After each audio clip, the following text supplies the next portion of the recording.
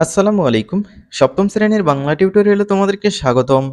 এই ভিডিওতে আমরা ময়নামতির চর কবিতার জীবনের সঙ্গে সম্পর্ক খুঁজি এই ছকটি পূরণ করব।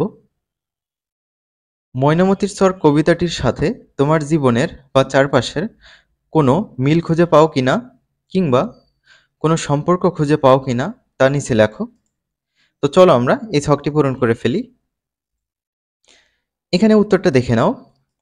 ময়নামতির চর কবিতাটি পড়ে আমি আমার গ্রামের পরিবেশের সাথে মিল খুঁজে পাই। মনে হচ্ছে এটি যেন আমার গ্রামেরই একটি দৃশ্য। আমার গ্রামের বাড়ি পদ্মার চরে। পদ্মার চরে যেসব কাজ সংঘটিত হয় তা আলোচ্য কবিতায় ফুটে উঠেছে। নদীতে মাছেরা খেলা করে, হঠাৎ গাংচিল এসে ছোঁ মেরে মাছ ধরে নিয়ে যায়।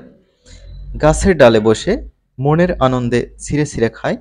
এসব আমার চোখে ভেসে ওঠা নিত্যদিনের চিত্র।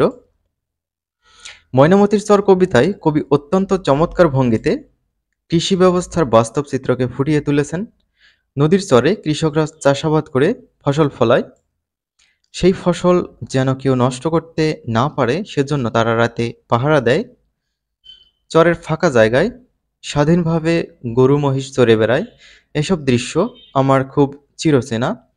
আমার চারপাশের ঘটনাবলীর সঙ্গে ময়নামতির চর কবিতার ব্যাপক মিল রয়েছে। তো শিক্ষার্থীরা, এই হচ্ছে উত্তর। আশা করছি বুঝে গিয়েছো। আজকের ভিডিও এই পর্যন্তই। পরবর্তীতে দেখা হবে অন্য কোনো কাজ নিয়ে। আল্লাহ হাফেজ।